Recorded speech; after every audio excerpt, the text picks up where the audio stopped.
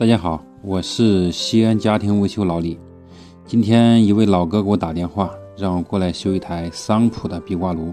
用户家的水流、水压都正常。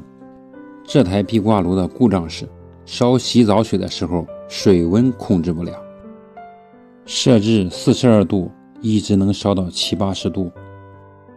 这种故障该怎么维修？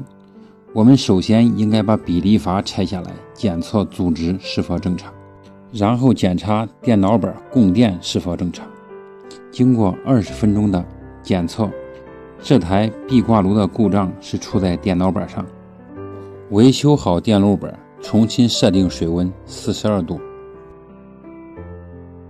火焰的大小受到了水温高低的控制，始终保持在42度左右。今天的这台桑普壁挂炉已经被我修好。小伙伴们，如果您家的壁挂炉有同样的故障，记得私信我。